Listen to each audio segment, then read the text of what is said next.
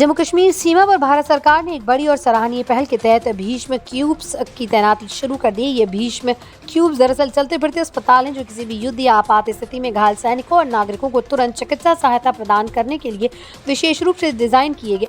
हर एक Bhishma cubes unit में एक साथ 200 घायलों का इलाज संभव है, जिससे सीमावर्ती क्षेत्रों में चिकित्सा सेवाएं अब पहले से कई अधिक सशक्त और सक्षम हो गई हैं।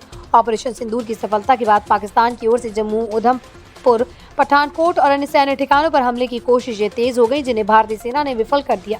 लगातार मिल रही धमकियों और हमलों की आशंका को देखते हुए भारत सरकार ने सुरक्षा के साथ साथ चिकित्सा सुविधाओं को भी युद्ध स्तर पर मजबूत करने का निर्णय लिया। इसी रणनीति के तहत भीष्म क्यूब्स को जम्मू एंड कश्मीर बॉर्डर पर तैनात किया गया ताकि किसी भी आकस्मिक स्थिति में घायलों को तत्काल राहत दी जा सके।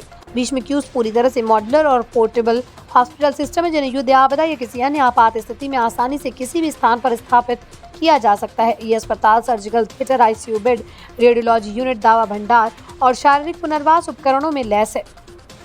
इतना ही नहीं, इनमें लगभग 200 प्रकार की चोटों का इलाज करने की सुविधा है, जिसमें गोली लगना, जल जाना, रीढ़, छाती और सिर की गंभीर चोटें शामिल हैं। प्रशिक्षित स्टाफ और विशेषज्ञ डॉक्टरों की तैनाती। भीष्म क्यूब्स की संचालन और प्रबंधन की जिम्मेदारी HLL लाइफ केयर लिमिटेड को दी गई है, जो भारत सरकार के अधीन एक सार्वजनिक क्षेत्र की संस्था है।